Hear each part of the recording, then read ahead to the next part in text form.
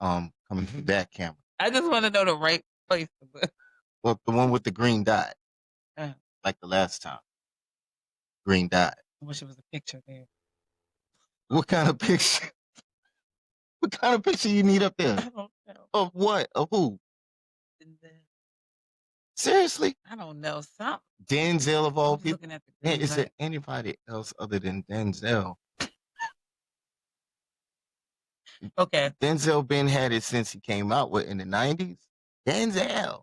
I ain't hating on Damn. Denzel. I was just shocked that you said that. I'm like, it had to been somebody closer to your generation. That's like our mama's man. Welcome to Bad Parents, the podcast where the truth hurts, but it also heals. We're flipping the script on toxic parenting by sharing our own messy and painful healing journeys. We believe in raw, honest conversations from two sides of the same storm. Mothers navigating life with a deadbeat co-parent, and fathers fighting through parental alienation. In this episode, we're diving deep into the smear campaign, that calculated, often malicious effort to damage a person's reputation.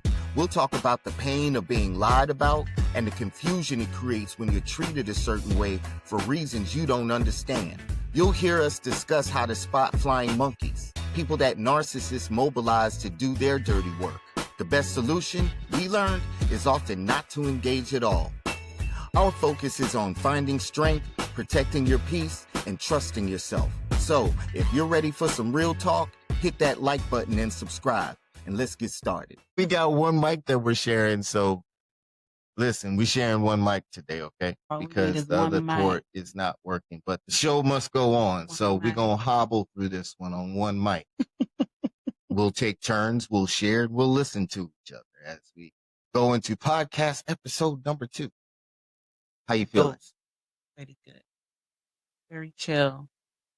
Very ready to just chill with my homie here and discuss, conversate.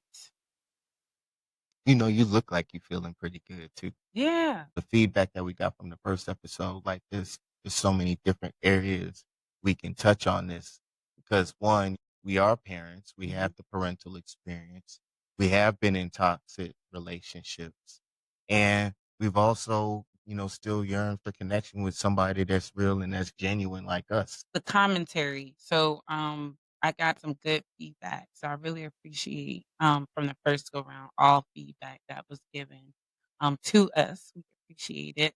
But I did get some interesting feedback about like child support in my decision not to put my children's father on child support, which is interesting.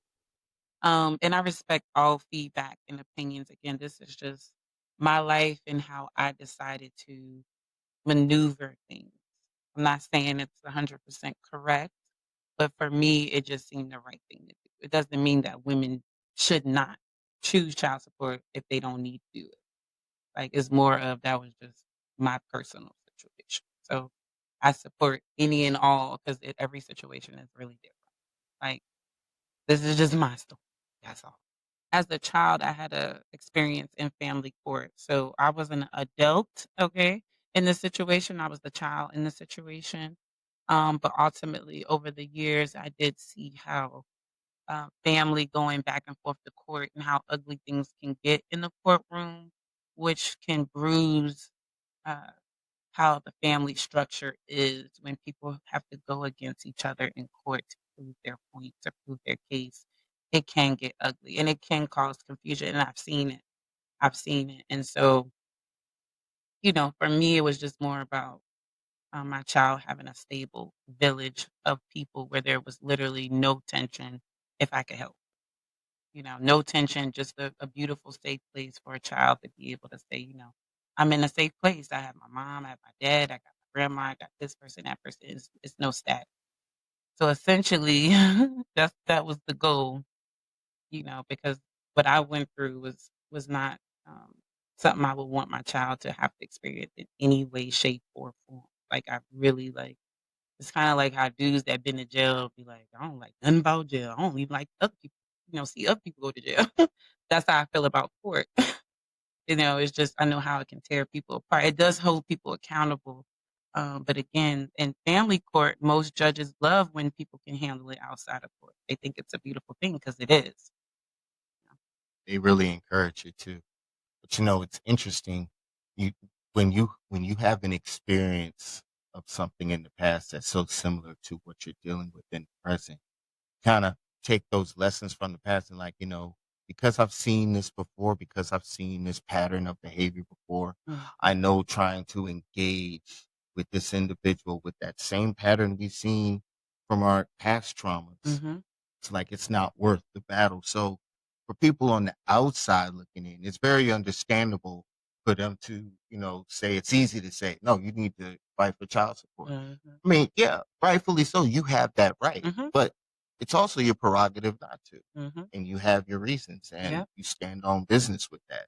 And you still out here bad as hell, doing your thing, ain't skipping the beat. Life is good. And that's the way it should be. Yeah. So I mean, I understand them coming from that standpoint.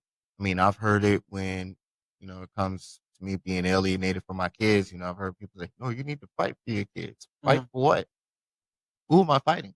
Why am I fighting them? Ain't that the reason why we split? Because we were fighting? I don't want to fight. I shouldn't have to fight for that. right. It's not worth the battle. So, but it's good. It's good to hear. It's good to know that people are listening and at least giving their thoughts. All right. So a smear campaign is a calculated, often malicious effort to damage a person's reputation. Let me ask you this. Go for it. When you look back, is there anything that you can think of that you noticed was done to you, but you couldn't understand why it was being done until after you figured out there was a lot of talk and gossip behind the scenes that you didn't know anything about? Yeah, Mm, I was having a conversation with my sister. This is when I was kind of letting the family and friends know that hey, we're headed to divorce, and I was having a conversation with her, and she just started asking me all these questions about some of the problems that she heard in the marriage. And when I shared my side of the story, right at, towards the end of the conversation, she was like, I'm really glad I talked to you because, for a long time I was angry with you because of what, my ex was telling her. She thought I was mhm, just the picture that she painted of me was just this horrible husband. And for my sister, she's like, that's not the brother I know. mhm, He knows way better than that. That's not how we were raised. I'm gonna talk to him because that's a real problem. right. But she was always giving the response, no, no, no, don't say anything. I'm just venting. Mm, But she left her with those thoughts. And when she finally listened and finally had, I guess, the courage to ask me finally, and I was able to, pretty much straighten out what was told to her. She's like, what you saying makes so much sense now. And, I apologize for not engaging earlier, but I was just so upset that the picture she painted of you and that's who you were to her was happening. Like that's not who my brother is. And she was one of many because I've had friends come back or people from the past come back and apologize and was like, I see now with what you've been dealing. mm, And it was encouraging because, nobody, you imagine men that are in prison right now because somebody lied on their character, lied on their integrity. Not to say that I was perfect. I still had a lot of immaturity, but to paint me as this abusive, irresponsible, drunk husband, so not the case. And for it to happen under my nose because, when you're in it, you just don't believe somebody would say that about you. The person that you love and that you care for, they wouldn't paint this picture of you to people without you realizing that's the perception people have that she's giving in secret and asking people to not say mhm, anything. But that was my biggest lesson as far as being a people pleaser mhm, because I'm always helpful. I still love to help people, but I was really overextending myself. But I thought that was the right thing to do mhm. because hey, that's what love does. It gives, and I got plenty of give. My cup overflows. Yep. Yep. But I was doing myself dirt. The Bible talks about how we shouldn't cast our pearls before the swine. Mhm. And I was doing because all they did was waste it. So Mm. how do I take that love that somebody else wasted and invest it back into me? Make myself a better person with the same love I wanted to give you and see what happens with that. Mhm. So it's been a fun ride. It's been a great learning experience. But yeah, that smear campaign was tough. And it was even tougher going through parental alienation Mm. because now it's your own children that see you in this different light. Yeah, that's so How long did it take you to face your truth? I would say for me personally, and for me, I experienced a tragic loss.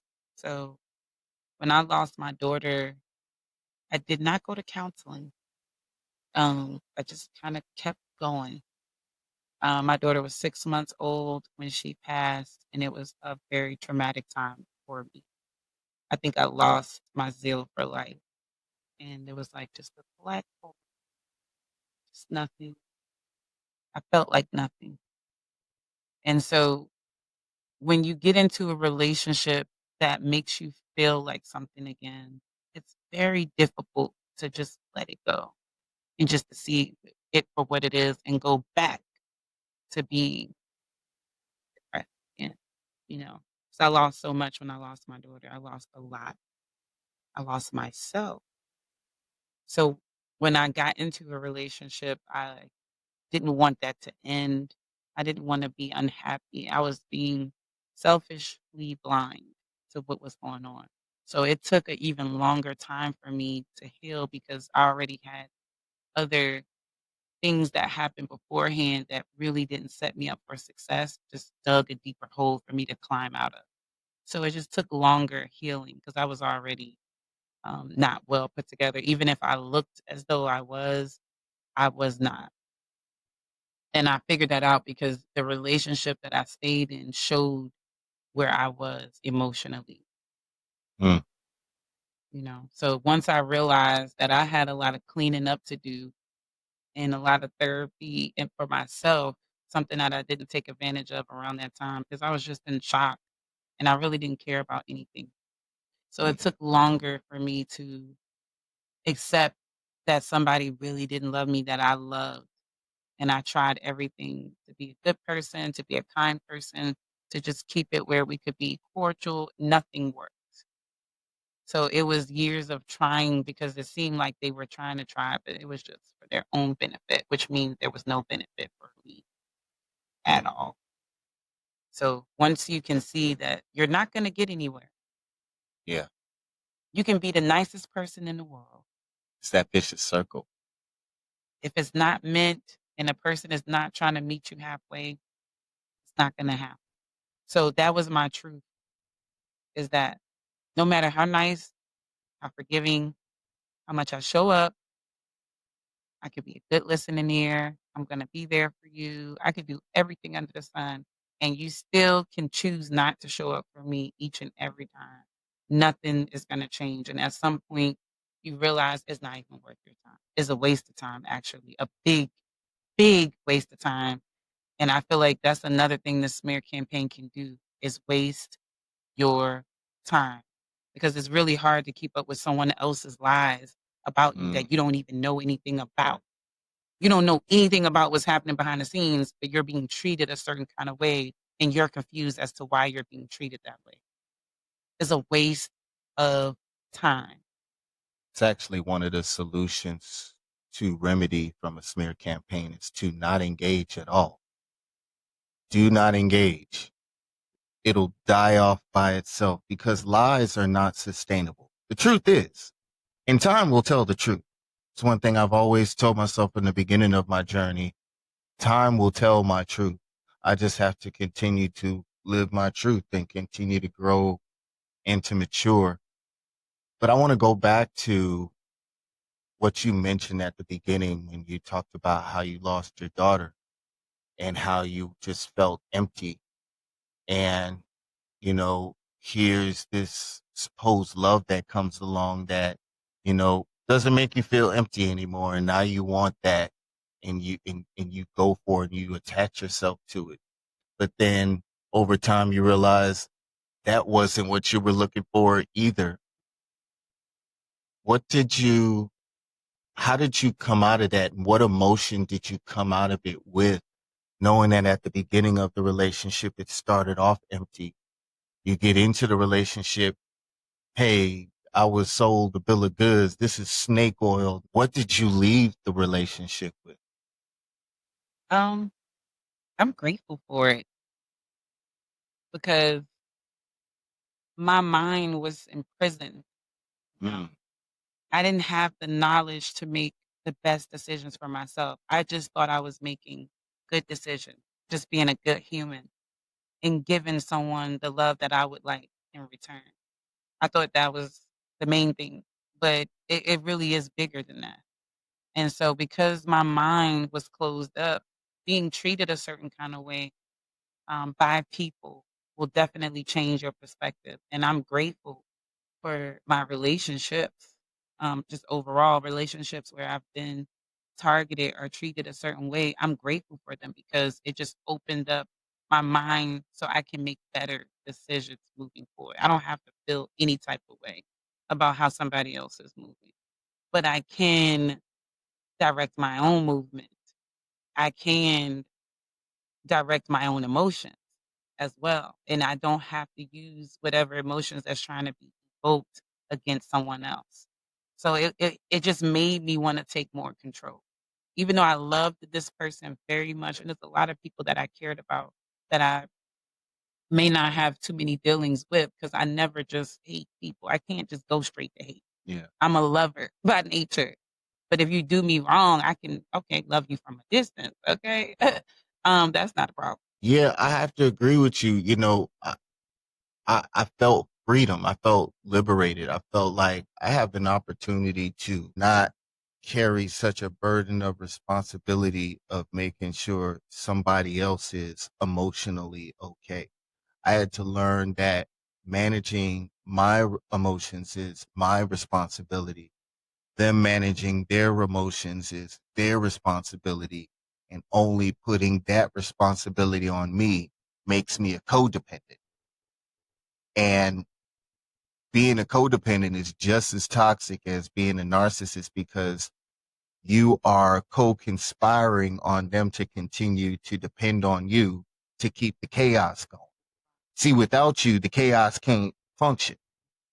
But in order for it to function, they need you to be a part of the circus. So I had to learn how to stop being codependent, even after leaving, because when children are involved, there's still interaction, there's still communication, and it's always not fun. It's still, times of anxiety and feeling like you have to walk on eggshells because, when you're co-parenting with somebody that's toxic, it doesn't become co-parenting, it becomes counter-parenting. You know, your intentions for the kids and their intentions for the kids are at odds and in conflict. And, when it comes to trusting yourself, I know my intentions are good. It's not to steer anybody the wrong way. It's not to put me in a predicament or in a compromising situation. It's always with good intentions. And when you're dealing with somebody who doesn't have the same intentions as you, it calls for tougher decisions to be made. And the devastating thing about smear campaigns is that it doesn't care who's involved. It can involve friends, it can involve family, it can involve your very own children. And it's unfortunate, but it's a reality. And regardless of who's affected by it, I still have control of my actions. I still have a responsibility and a duty to maintain my actions. And, they grow and mature over time, but as long as the effort is made and the intention, like I said before, you trust yourself and your intentions are good, you're not going to be steered the wrong way. You're going to line up with the universe, as a matter of fact. Try it. At that point, when I realized what was happening, even though I didn't know that's what it was. I didn't have the term smear campaign, but from other um, disappointing moments that I won't go too deep in just yet, but it involved the church and it involved the death of my father and then leading up to the divorce and going through that whole process. I was just so emotionally beat down with disappointment. I was just like, I'll just I'll just take care of myself. Like I'll go solo. It's at that point, it's like, I don't know who to trust. Yeah. There's been so many people that, I thought I was cool with and who I was friends with. I don't know who to confide in because I don't know who's going back to tell her how I'm feeling or what's going on with me because it seemed like this whole story about me just struggling and tearing the family apart is just mind blowing. So I Mhm. got real quiet. I guess during that time I learned that sometimes silence is golden. And I learned how to respect silence. And I noticed that if I, didn't put my business out there, if I didn't explain, if I didn't try to defend myself, because nobody likes to be lied on. It's one thing to be lied to. It's another thing to be lied on. And, when you're lied on like that to that degree where people are looking at you in a totally different light and you feel helpless, you feel like you can't do nothing about it. And the first thing you want to do is react and try to defend yourself. Yeah. I've experienced a couple different type of situations. So for example, like if you ever find yourself in a situation where like you're being accused of stuff. So I've been accused of stuff that wasn't even in my character whatsoever. Like I never even showed up in any way, shape, or form that would make them think that way. Okay. And still I was accused. And still I was told that I don't know. I don't know if you would have did that or not. That's what I'm asking you. But it was really like they was telling me like I know you did it. I just need you to admit type energy. And when you know what you stand for, stuff like that really hurts you. Like if you a person that stand on morals and someone come to you with something that don't fit your bill, it definitely make you look at relationships and situations different. So I've been in situations where people actively right to my face accuse me of stuff that they know I would never do, but they had their own agenda behind it. You know what I'm saying? But I've also had situations where people were right up under my nose, pretending to like me. And see, that's the thing about the smear campaign that's real insidious because you can be right in the same room with a person. That could be your wife or your husband or your cousin or your sibling. And they can pretend very well that they care about you. So you're not looking for them to be going all around town, having private conversations about you and painting you in a negative light. Okay. Because they don't want people to see you the way they see you, which is really what I've seen. Most people they do a lot of things that they don't have no business doing and they need somebody to pond off to distract other people from looking at them. And so that's what makes it hard in co-parenting relationships when you have, whether it's the man or the woman, when you have someone who is willing to bad talk the person that they have a child with. That's why I can really appreciate when I see certain posts and you'll hear some women and a lot of men saying it's not cool for dudes or women to talk about their child's, mother or father. It's not cool for you to do that because it's not. Like, we supposed to be a team, so you bad mouthing the other parent is not really it don't make sense. We in this together, and if somebody falling short, we just gonna figure it out. We gonna pick up the slack because really it's all about the child at the end of the day, and it don't matter if it's 50, 50, 50. You know what I'm saying, 60, 80, whatever. However the math look, it doesn't matter as long as the child's getting the full 100% from both parents, and that's called being adult, being real, and working together. L- But Let me ask you, mhm. how did you how did you come to accept that there was not going to be the collaborative effort you were looking for, that you were hoping for? I'll say it took a while for me to accept it because there were intermittent times where things seemed to be okay. But then I realized there was a pattern of when it was convenient for the other party. If it was convenient, then I could do X, Y, and Z. And once you pick up on that, you realize that the relationship is not reciprocal when it comes to the child. It's about what's convenient for me. And nothing's convenient for me because I'm the one that have to make all the sacrifices. So when I see that someone else that does not make any sacrifices, whether it's the other side of the family or whoever, no sacrifices, make sure that when I do deal with you is when it's convenient for me. No. At the end of the day, I was okay with that for a while. You know, I wasn't trying to pressure anybody. You know what I'm saying? I love my child. I love both my kids very much. So for me, it's like, hey, the door is always open. But once you start to see the letdown, the inconsistency, the fact that your child is not getting what they need, they're suffering actually because they're not getting anything. They're not getting a healthy relationship, nothing. So it's like, I'm not going to sacrifice my time to help and do for other people that's not willing to do the same. And that's really what it was. I was over sacrificing when I'm the one that should be getting majority of the help, even though I'm not asking for it, it doesn't mean that you still shouldn't provide and do the things that you need to do. So yeah, it just at some point it just didn't make sense to stay in a situation where I'm giving, giving, giving. Like you said, I'm helping other people that is not willing to have my back when things go wrong. That's what I seen. I was like, That makes sense because, inconsistency is unreliable. And if you're trying to build a life and you want your life to be sustainable, and here you are bringing somebody in that is now a factor in your life, but all they deliver is inconsistent results. Don't want it becomes a burden. And who wants to manage that burden when you have so many other things you're doing? The kind of burden I want to manage is the burden that produces growth mhm, and success and evolution in our relationship mhm.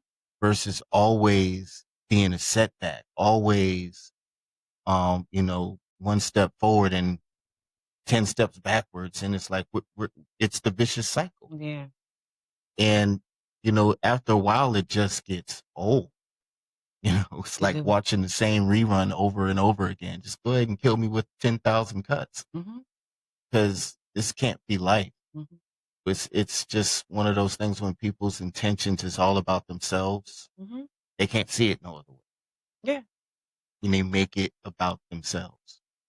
And that's kind of what I had to learn for me is like, even though I'm not making it about myself, I'm not making it about me, but what I am doing is prioritizing me. Mhm. I have to put myself first. Yep. Self-care is not selfish. And if I'm not good to myself, how can I be good to others? I'm busy trying to be good to others at the sacrifice of myself. Ooh, It says in Hebrews somewhere, there's no more sacrifices. yeah, I don't know where it's at. It's in there. Google it. but that's real, Yeah. you know? That's real. That's real. And you know,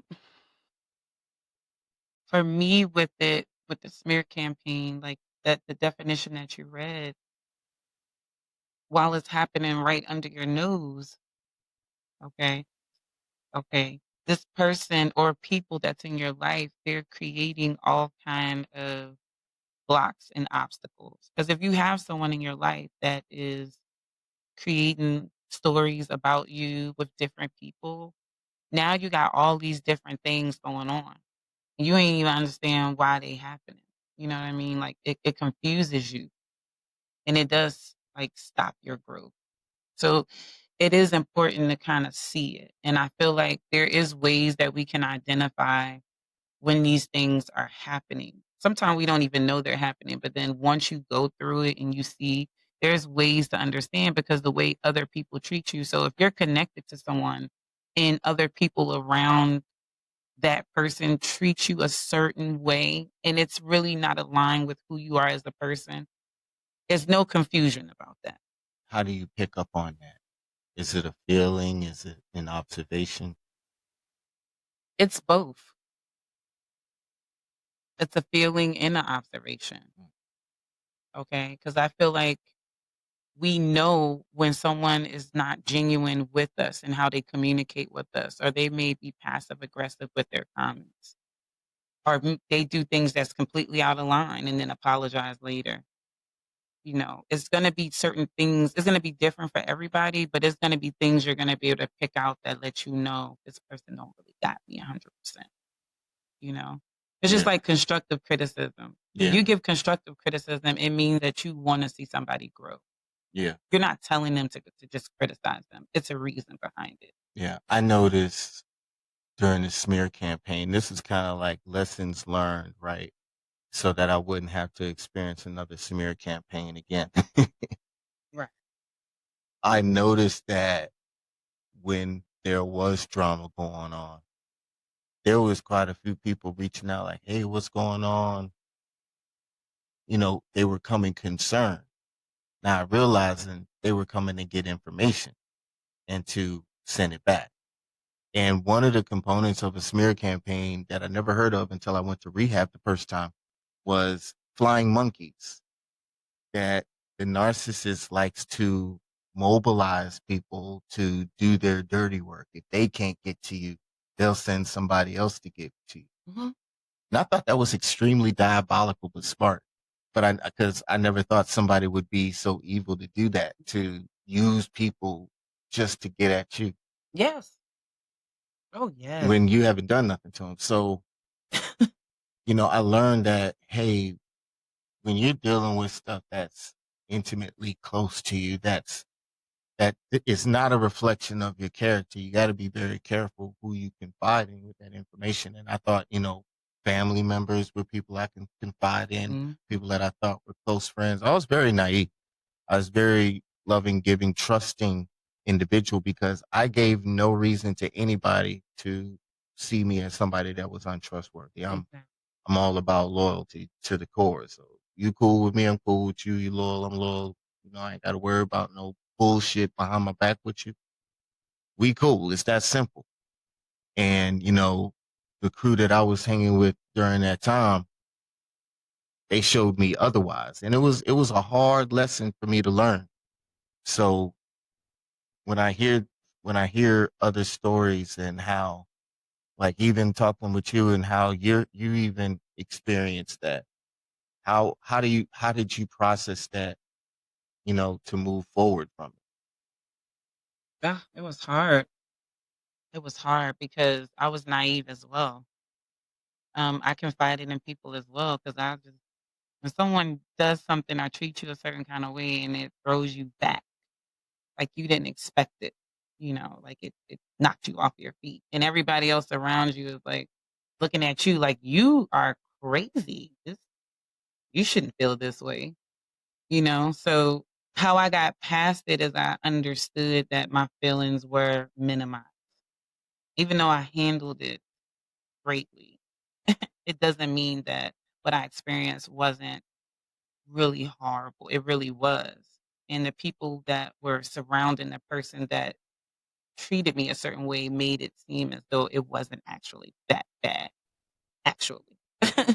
And so it's easy to move past something when you can kind of make peace with what you experienced, and it's okay. You know what I mean? You get your woosah on and you're able to move forward at that point. But it definitely took a while because it was like shocking to me. It was like, dang, was I really that bad that people had to go above and beyond?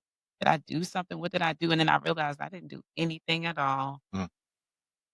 I didn't do anything at all at the end of the day. I might have compromised myself a bit, overextended myself quite a bit. You know what I mean? But at the end of the day, once you can see it for what it is, it's like you can just pray for people that move the way that people like that move, that they feel like they have to come for someone's character or they just a happiness hater. Hmm. Hmm. You don't have to do anything to anybody for them to just dislike how you function with other people. I like that. happiness hater, Mhm. and you could not be so right. Yeah. Because, what's funny is that we still somehow had some level of joy in our heart, even going through that whole Mhm. experience. Yeah. Even though, and I'm not gonna lie to you, there were times I clung on to it for dear life. Yeah, I was trying to figure out how I could make it work while I had Yeah, all kind of things happening that was just completely out of line. That showed me, like, this is not where you wanna be, but here I am, like, "No, we can work through this. We can work through this." Like, as long as we can talk about things like adults, there's nothing you can't work through. yeah, But while that sounds good, that's not always the case. People will not work through things with you because you had a conversation. What they will do is plan behind your back how to get you back, how to make you suffer and get a good laugh out of it. mm, And I promise you, I've watched people do that to me. When you can see people and the joy in their eyes, see the sadness in yours, and they light up, you know you're dealing with some fools. Like, trust me, it's always a way of knowing when we really lock in mm. and pay attention because everybody's situation is different. But all in all, is we all have that instinct to know when things are not right. We have to trust that. I ain't the Yeah, only one that know that. We all have that instinctively.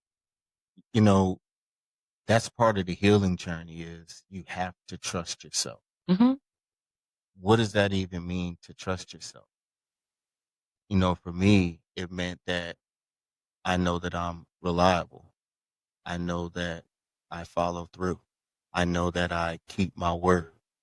I know that I am loyal.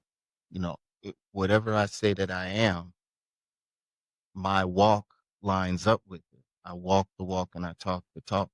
And it's so easy for people to say it. Not gonna lie. If it was easy, everybody would do it. But, Correct. there's real ones out there that line their words up with their actions, and you can see the proof. You can see the results. You can see the track record. Check the resume. And in doing that and trusting myself, it's like, okay, when I lean into my intuition, when I lean into my discernment, I know that I'm leaning in with good intentions. Mhm.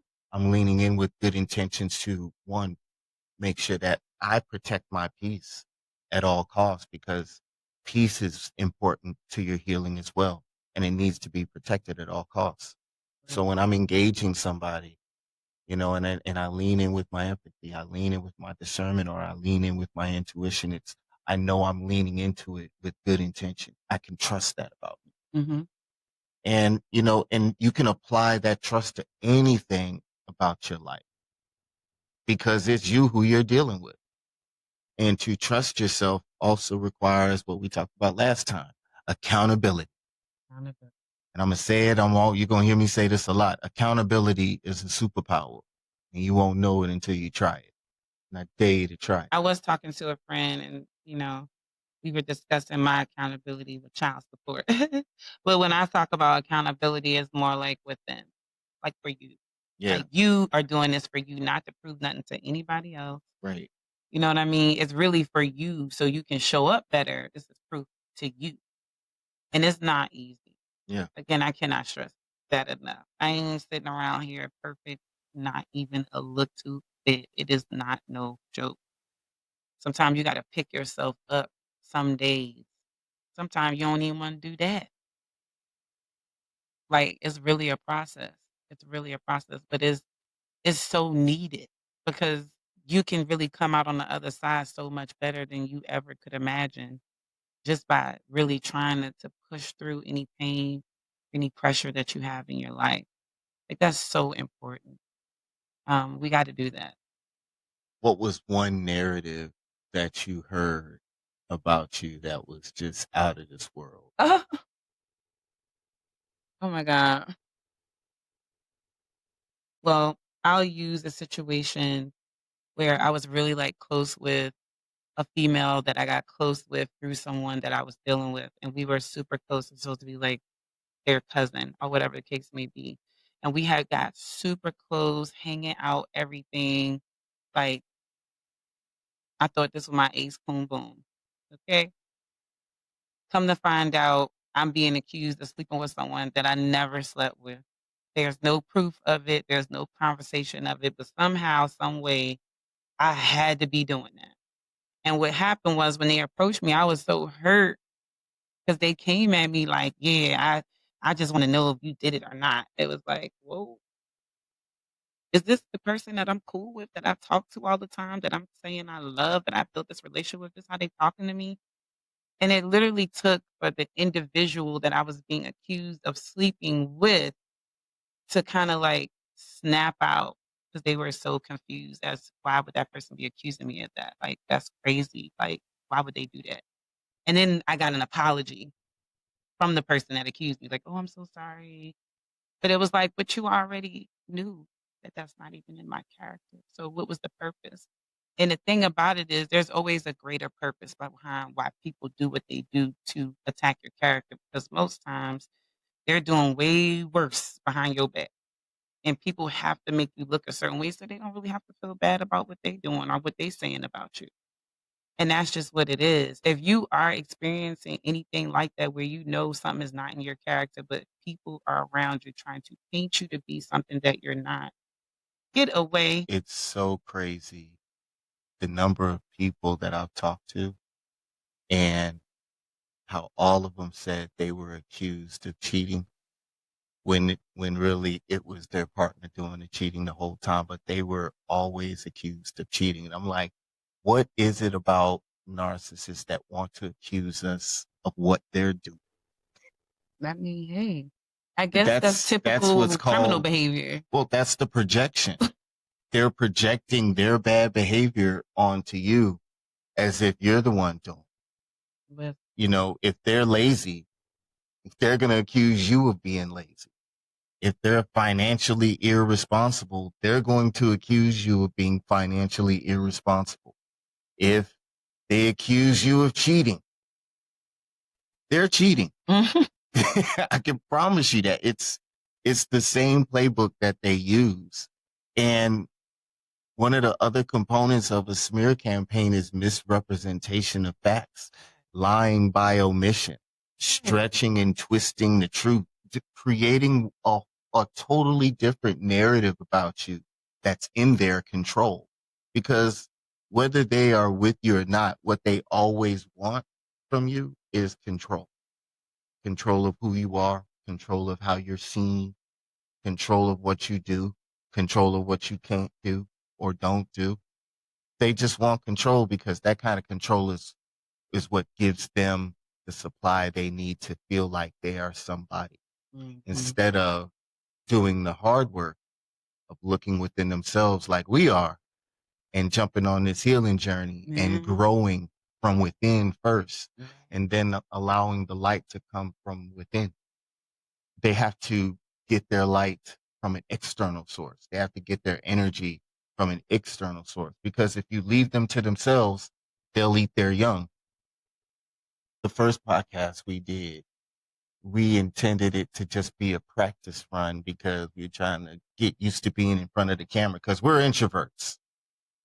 Hardcore. You know, Introvert. this is work for us, but you know, it's work at a ministry. That's right. You know, we're not doing this for, you know, glitz and glamour to be popular. We have a message for you guys, and we believe it's a meaningful message that can help you guys. So we're learning as we go because, you know, it's time and we've had enough time now. We just got to get used to the work that we're doing. Whatever you're experiencing, if you hear anything that you heard remotely close by listening to us, just know at the end of the day, you are strong and you will prevail in that situation. And it's no hate to people that operate in that way. You know, it's just people's actions can affect you and how they speak about you can affect you. And we all know that just by looking at social media. When people down people and talk about people, it creates a negative view from other people, whether it's true or untrue. So we understand how that really affects people's lives. So it's really just about being aware, all of us kind of being aware so we know how to really deal with those situations and not really feed into them as much, not give it so much power so we can grow and be better, all of us collectively. Because anybody that I even speak of, And I'm sure I could say that for you too. Like, I have nothing but love for people because people that I've dealt with, I actually loved and cared for them. So anytime things like that happen, that's why it hurts and cuts deeper and it's taken a little bit more seriously because the love that you have for those people, it becomes overwhelming when you have to face the fact they really don't love you the same way. And that's okay too. That's just a part of life. It's a part of learning and growing. Everybody is not meant to love you unconditionally. Sometimes they meant to just swoop in and teach you a little lesson and swoop back on out. So what y'all think? Thanks. Let us know something in the comments. Let us know. We love to hear your thoughts.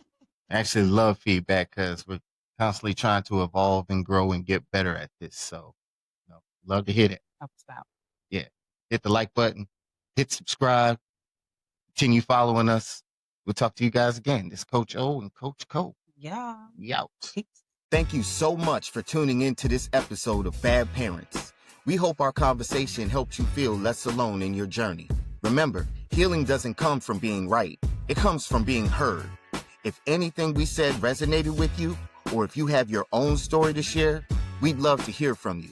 Your feedback helps us grow and evolve.